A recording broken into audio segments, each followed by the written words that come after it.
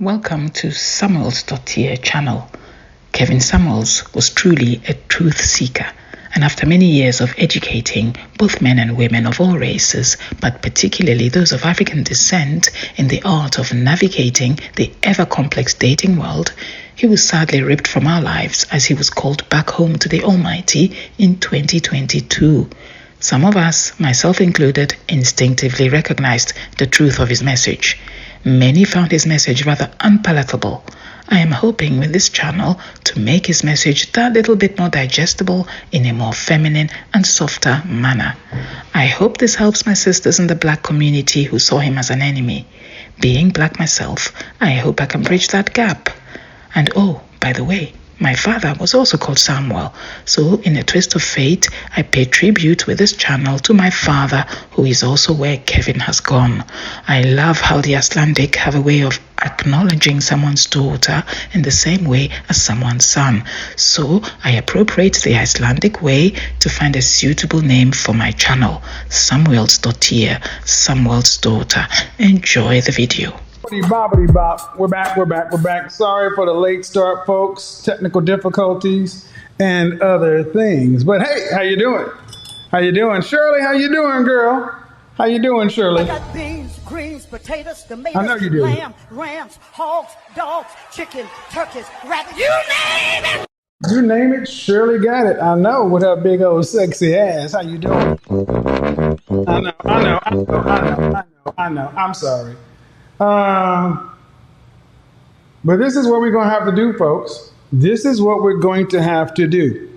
One, I want you guys to make sure you get the likes up, hit the like button, because we want to get into this. The last couple of days, last couple of weeks, things have been a little intense around here.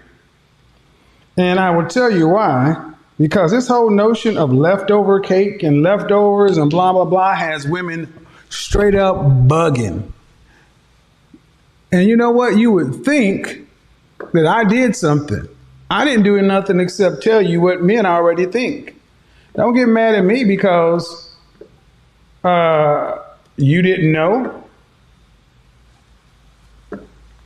I don't think that, hold on.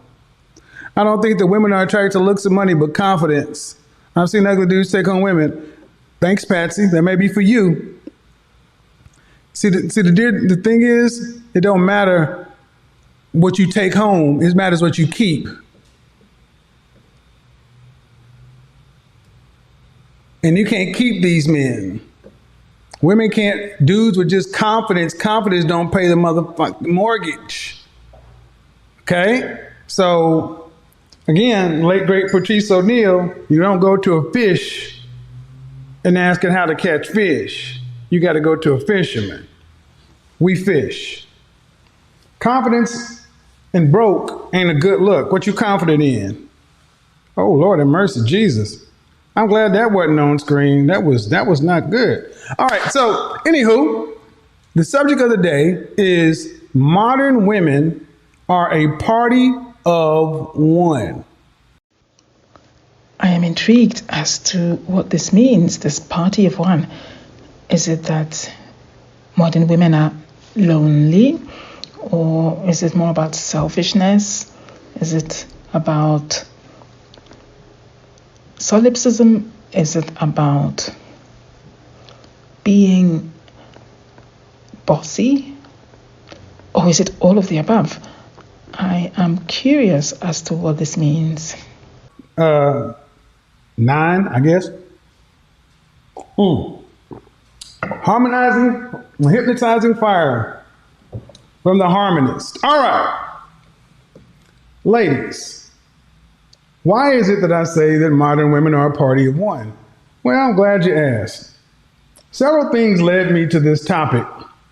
And one of the biggest things that led me to this topic was the notion that modern women are just holding out. Holding out for what? Holding out for what? Holding out for something better, or a party of one. Holding out for this and holding out for that. Who the heck are you ladies holding out for? When you ask women today who are every bit of, danger zone. Danger zone! 27 to 35, when a woman needs to focus like a laser on the outcome she wants as far as relationships. But when you ask women who are in their mid to late 30s, even in their early 40s, who are boss chicks, bad chicks, got my money together, I got my master's. I'm a PhD. Got my master's, but can you cook? I don't need a cookbook. Yeah, they got their PhD and everything else. They don't have a cookbook, but they damn sure do have a... All right, what is the one thing you tend to hear? Some sort of, well, I'm doing what I'm doing right now, and I'm in a waiting position. I'm waiting for, God to send that man to me. I'm holding out. So I'm going to go nam nam uranga toyo macarena till that man comes along. Why are so many modern women holding out? What are you holding out for? Whatever it is, ladies, it ain't working. And the net result of it is you become a party of one. Modern woman, party of one. Your table's ready. What do you mean a party of one? A party of one. They become a party of one.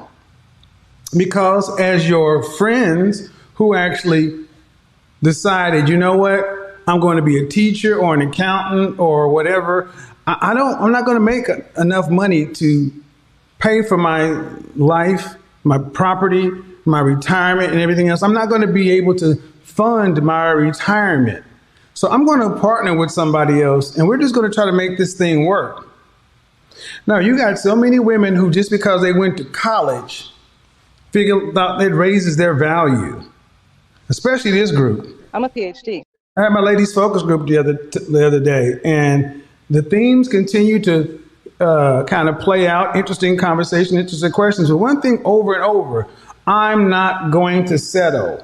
I became this woman over here, therefore I deserve this man over here. Well, ladies, like I tell every one of you, men don't care about what you have. We care about who you are. And your master's, your PhD, your property, your car, whatever, is not, N-O-T, not what men choose on. But see, here's the problem. Women will continue to talk to each other, hype their head up, blow their head up, let women say, well, girl, you shouldn't wait. You should do this. You should do that. The guy you're with right now, he's a good guy, but you know what? You don't settle for him. What happened to that lawyer you were dating 3 years ago? What happened? You used to could date guys on this level. Why are you going to get with this guy who's give him a title, third shift at the plant? Why are you going to get with this guy who's a firefighter when back in college you was pulling this and that? Women judge from the highest man they were ever able to deal with. And deal with means simply this. He showed her some attention, possibly gave her some sex, and she thought that automatically adjusted her level. That's why I'm starting to see hellified basic chicks, hellified basic from the way they look, talking about, I'm not going to settle for a broke man. I want a rich man. I want this lifestyle. And I'm like, you do realize you can set whatever price you want to in the market. That's your choice. But you do realize the market, like YouTube, like Instagram, the market is like YouTube and Instagram. Anybody can get a YouTube channel. Anybody can create an Instagram channel. Anybody can go to YouTube, create a channel, and post content. But that's because you have a YouTube channel don't mean somebody's going to watch it, don't mean you're going to get a following. Everybody who's watching right now has a YouTube channel or Instagram channel, but every one of you ain't making money on this stuff and they're in a business or whatever. Why? But this is the market. So women think because they can create a YouTube channel or an Instagram channel, because they can be in the market, they can determine they can have success in the market. The market lets anybody in, but the market gets to decide what success is. So all these women talking about they're going to hold out this and that, they cannot produce the outcome they say they want, and they don't want to settle for lower, so they're just going to hold out and wait. Party of one. Sad Chick, party of one. Ebony the attorney, party of one. Marsha the marketer, party of one. Nancy the nurse, party of one. Or the PhD or the doctor. Hey, Rita the realtor, party of one. Christine the creative, party of one. Erica the entrepreneur, party of one. Party of one. And one thing you're going to recognize is all these party of one women share one thing in common. They share one thing in common for sure. You've heard of the 7 deadly sins? I'm going to start talking about the 7 deadly sins, for the 7 deadly curses for modern women. And one of them is a lack of humility. A lack of humility. Most modern women are too impressed with themselves. That's why you could have a chick who's every bit of a 5 on a good day talk about, I'm a 10 because I got confidence. I'm a 10 because of this. I'm a 10 because of that. And then you turn around and ask, is there any room for improvement? Is there any room? Are you perfect? No. All right. Well, how can you be a 5, have 5 outcomes? You ain't never had nobody pay your rent, much less, nobody even bought you a tank of gas in your life, much less pay your rent. And you talk about, I'm holding out because I'm a 10 and such and so forth. Okay. How that gonna happen?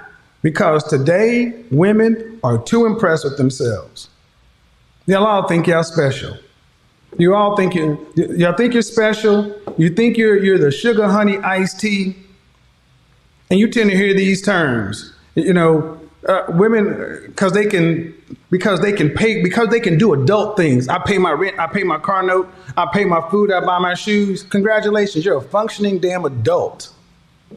But women want credit for that like it's big, like it's something. So because they're a functioning adult, they want credit for that because they went to school. I'm a PhD. Nobody cares about your PhD. And I hear this bullshit about women are outpacing men in college, and especially black women. Yeah, let them say whatever they want to. Ask them what their net worth is. Most have a negative net worth because they got their master's, their PhD. They're making $100,000. Yeah, but how much student loan debt in? How much is your household debt? What's your consumer debt? Negative net worth means the things you want credit for ain't working. And why is this so important? Because today, women have far too many women are too impressed with themselves. I think I get the self-conceited aspect of modern womanhood. It's not very difficult to see examples of that in our modern age. I don't really think that this is intrinsic, although many men would disagree with me on this. I think that there's a concerted effort to inform women of their imaginary increased self-worth. Now, don't come for me on this point. We all have self-worth, but as a women's self-worth has been artificially inflated by powers that be, if I may be so bold as to say so. I think it has been a consistent and concerted effort over the years to elevate girls over boys, elevate women over men. To what purpose exactly? I'm not sure, because it sure is ruining relationships between men and women. But maybe that's the goal. So, yes, Kevin is absolutely right. And I think many women, if they're telling you the truth, will actually admit to this, right? But I think this particular issue, the self-conceitedness, the self-importance, has just been artificially imposed on women. And we have lapped it up. This is where we went wrong. We have lapped it up. We accept it as fact. We accept it as truth. And we expect men to play along with us. Some do in order to get something out of us. But many just walk away from what we really want of them. The big M. So, meaning marriage, of course. So I think it's been a bit of an own goal for women. And this monologue of Mr. Samuels demonstrates that very well. is completely 100% correct. If we are honest, we will all agree. But then again, not everyone is honest. I accept that. It's okay. If we want to lie to ourselves, hey, let's knock ourselves out. But the fact still remains the fact, right? And I think part of the ruining of a lot of women's lives is just because of this issue, the contempt with respect to men, the inflated self-worth, which I'm sure right in the beginning of this whole feminism story was a way to level the playing field for women, but somewhere along the lines, it just overshot the mark. And what started out as a way to make women's lives better has ended up turning this whole scenario into one big nightmare. Other than that, why do you think a woman who is an average looking, below average physicality, below average weight, can sit around talking about they're going to hold out? Or wait, what are you waiting for? The answer is what many are waiting for is a sucker. They're waiting for somebody to go ahead and say, you know what? Even though you got 200,000 miles on you and had a couple of wrecks, I'm going to go ahead and pay brand new prices for it. Here's some of the attributes of an overly impressed party of one. They say things like, not all women are like that. They say things like, well, I don't know about that. I can't speak for that, but I know for me and mine. Yet, you're single as French toast. No generalization is valid because everyone is special.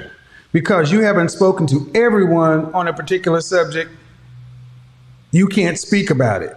Because until you talk to everyone and get everyone's opinion, it's not valid.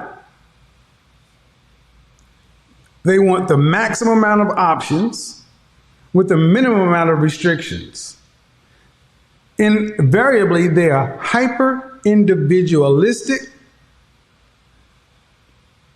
which turns into this deification, almost this queen energy, to where they want a man to come along and to exalt them.